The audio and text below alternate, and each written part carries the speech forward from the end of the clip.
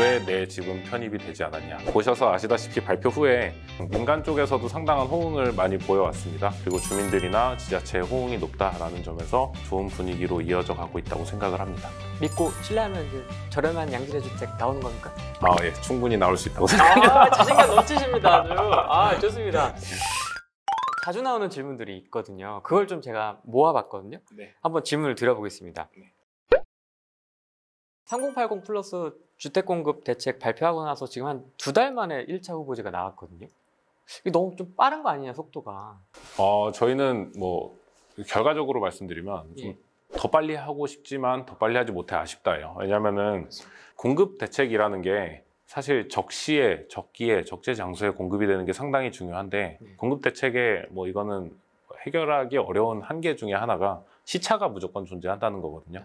그럼 그 시차를 최대한 줄이려는 노력을 저희로서는 해야 되는데 그러다 보니까 지금 뭐 일각에서 보기에는 좀 너무 빠르게 준비하고 있는 거 아니냐라고 보실 수도 있는데 저희가 이번에 뭐 전체 지역을 전부 다 한 번에 검토하는데 물리적인 한계가 있다 보니까 그러니까 앞으로 검토가 계속 있을 건데 빨리빨리 검토된 데들은 빨리빨리 그 다음 단계로 진행을 할 거고 말씀하신 의견 수렴이나 뭐 보다 면밀한 사업 분석이나 아니면 사업에 대한 메이킹에 대한 이야기를 뭐 그거에 대한 우려가 있다고 하셨는데 그런 것들 당연히 뒤에 준비되어 있거든요. 그리고 이번 대책을 발표를 2월 4일 날 했죠. 그래서 2월 1주 이후에 실제로 가격이나 거래량 그리고 뭐 매물이나 매수 심리 등 여러 시장 지표들이 부동산 시장 안정화 방향을 가리켜 가고 있어요.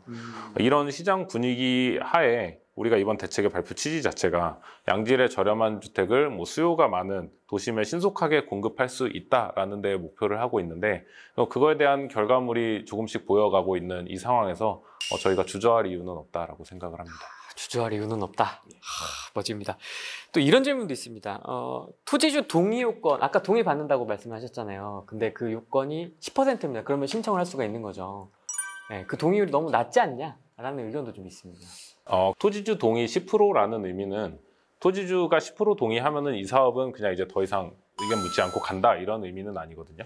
저희가 주민의 의견에 대한 수렴 없이 공공의 행위들을 진행을 하는 지역에 대한 뭐 지구지정 난발을 방지하기 위한 최소한의 장치가 10%예요. 그 이후에 해야 될 일이 예정지구 지정 후에 주민들의 3분의 2 동의를 받아와야 돼요. 그러니까 사실 10%는 그 앞단에 있는 하나의 허들인 거고 이후에 실제 사업의 동의는 주민의 3분의 2 결코 최종 동의에서 그만큼으로 끝나는 게 아니기 때문에 뭐 낮다 이렇게 생각할 필요는 없을 것 같습니다. 여기에 연결된 질문인데요. 그럼 나머지 이제 한 3분의 1 정도에 반대하시는 분들에 대한 대책? 이것도 좀 고려를 하셔야 될 것 같은데요.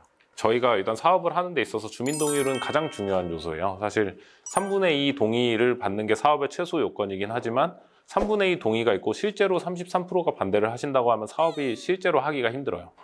그러다 보니까 공공이 참여를 하는 이유 중에 하나가 그 반대하시는 분들도 100%까지는 어렵겠지만 80%, 90% 이상 찬성하는 쪽으로 돌아서게 하실 수 있는 지원 방안들을 마련을 하는 게 공공의 역할이라고 생각을 하거든요. 네. 그 반대하시는 분들이 반대하시는 이유들이 뭐 대표적으로는 앞으로 향후에 내야 될 분담금에 대한 부담일 수도 있고 아니면 나는 기존에 여기에 잘 거주하고 있고 현재 뭐 주거 상황이 만족스러우신 분들도 있고 아니면은 여기에 사업이 진행이 되면은 나는 이제 어디로 이사를 해야 되고 아니면 뭐 상인분들 같은 경우에 내가 어떻게 계속 영업을 할 수 있고 이런 걱정들이 있는데 이게 사실 민간 개발 사업에서 지원하기 힘든 한계점이거든요.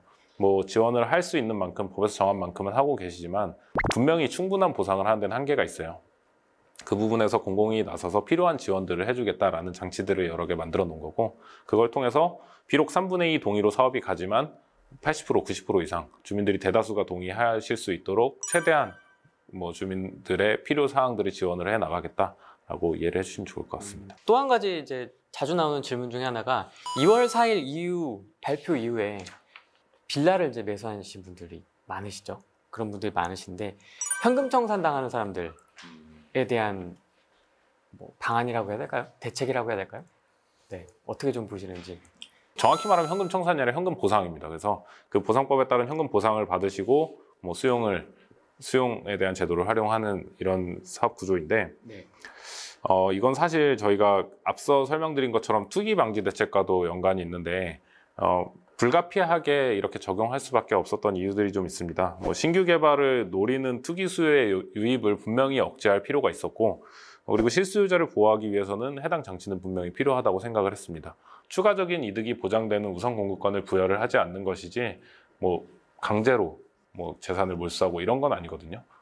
이번에는 서울 지역이 좀 많았잖아요. 혹시 지방 후보지도 논의가 되고 있는지 검토 중이신지 궁금합니다. 저희가 이번에 선제적으로 들어온 지방자치단체, 뭐 자치구 이런 데들부터 우선적으로 검토를 한 거고 지방에서도 분명히 수요가 존재합니다.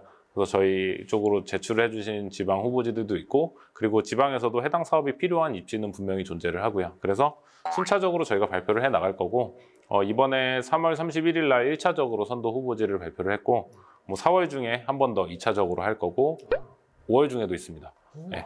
그리고 5월 중에는 저희가 또 이제 계획을 하고 있는 거는 이런 지자체와 정부가 협의를 해서 발표를 하고 그리고 후보지들에 대해서 주민들의 의견을 청취하는 이런 탑다운 방식의 트랙이 하나 있고 주민들이 제안하는 트랙도 밟아야 되거든요. 그래서 5월 중에는 주민들이 제안을 하는 공모 절차도 진행을 하려고 하고 있고요. 조금 민감한 질문 몇 가지 있습니다. 네. 3080 플러스 요 정책 서울 32만 호, 전국 83만 6천 호가 이게 가능한 거냐 진짜 현실적으로 이런 우려가 좀 있는데요. 집값 안정에도 또 이게 도움이 되냐 이런 의견도 좀 있습니다. 완전히 가능하다고 생각을 하고 있습니다. 완전히 가능하다. 네. 이번에 발표한 공급 물량 83만 호 중에 그 신규 택지가 25만 호 정도 계획되어 있는데 뭐 해당 택지는 조만간 곧 발표가 다 마무리될 예정이고요. 그리고 도심 공공주택 복합 사업이나 이런 신규 사업을 통해서 47만 호가 계획되어 있습니다. 이 47만 호는 그 지역의 입지, 조건, 뭐 여러 기타 사항들을 넣어서 공간 분석을 했고 그렇게 해서 가용지를 도출을 했고요.